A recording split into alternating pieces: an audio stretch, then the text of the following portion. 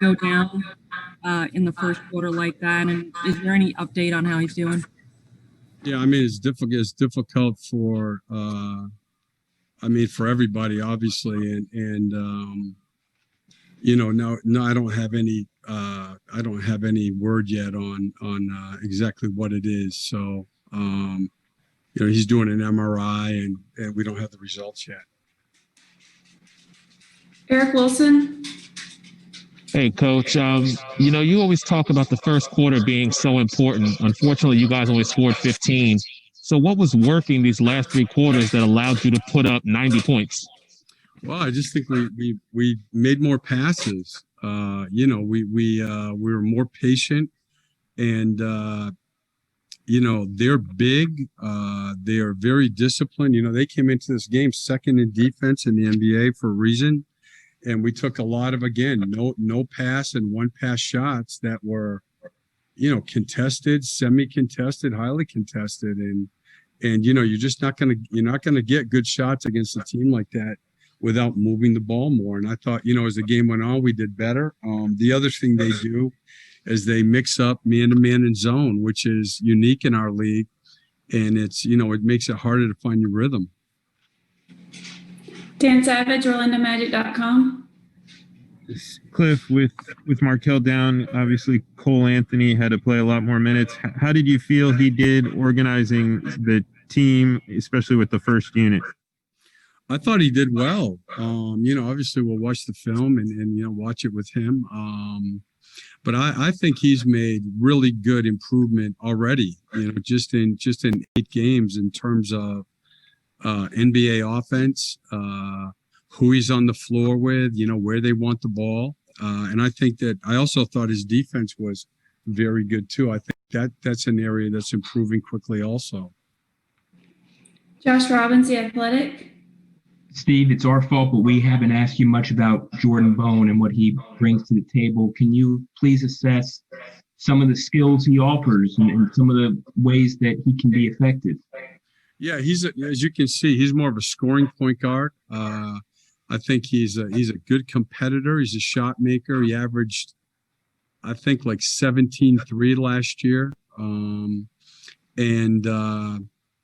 He has the quickness and the speed, obviously, to compete at this level. So he'll get, we'll see what happens. But, with Mike out also here in the near future, he's going to get some chance to play. And the one thing you can tell is that, he wants to be out there, so he's certainly not afraid of the NBA. And I thought he handled himself well. Pat Welter.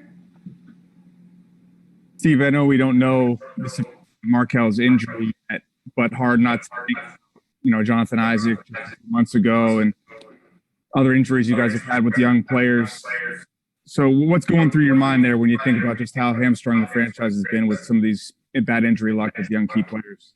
Yeah, I mean, there's a number of aspects to that, and just having been in the league for such a long time, I mean, unfortunately it stinks, and it's part of the NBA, where you play so many games, and I've been through a lot of seasons where you lose a key guy early, and obviously it changes everything. Then there's the personal side, and especially, you mentioned J.I. Markelle, to me, is similar to him. Special guy, great worker, committed player, the kind of guy you want to be around. So, fingers crossed. I mean, we just have to hope that we get good news. Philip Rossman-Reich.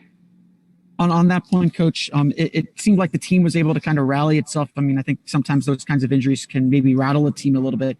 What does it say about this team, and what did they kind of say to each other to kind of pump themselves back up and get back into this game? I think they're down 11-3 at the time of the injury. Yeah, I was proud of them. I mean, I thought they went out and they were positive with each other in the huddle, and I thought we went out and we were, much more purposeful, after that. So. Obviously you could see when he went down, a number of guys on the other team, came over and asked me how he was in the second half too. So, it is difficult, and I agree with you. I thought the guys handled it well. Cody Taylor. Hey, Coach, you mentioned it earlier about Cole's defense. He had a charge tonight among the league leaders in chargers. What does that say about his willingness and ability on that end of the floor to want to make those kind of plays? Oh, no question about it. And he'll make contact plays now. You can see him. I mean, he'll be in fighting on the glass. He did that. The first thing, and I think I mentioned this to you guys when I watched him play on his college film before the draft, was he makes contact plays. He dives on the floor. He takes charges. I think he averaged a little over 6 rebounds a game at North Carolina, which is obviously for a guard a ton. He's a natural competitor, and he likes to play, but he does some of the things you just can't teach. Competes every night, loves to be in the gym, and he plays with a real flair, a real toughness. That to me is very hard to find. Okay, we have time for just a couple more for Coach. Josh Robbins, The Athletic. Guard with Vooch. And obviously they're going to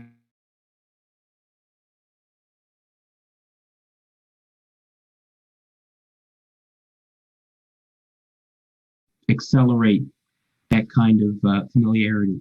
Yeah, I think most of it, to be honest, Josh, that's a great question. It's just going to have to be more like, discussions, film work, like that. I mean, we will play before we went after Miami, we go 22 games in 39 nights, and listen, again, I'm old.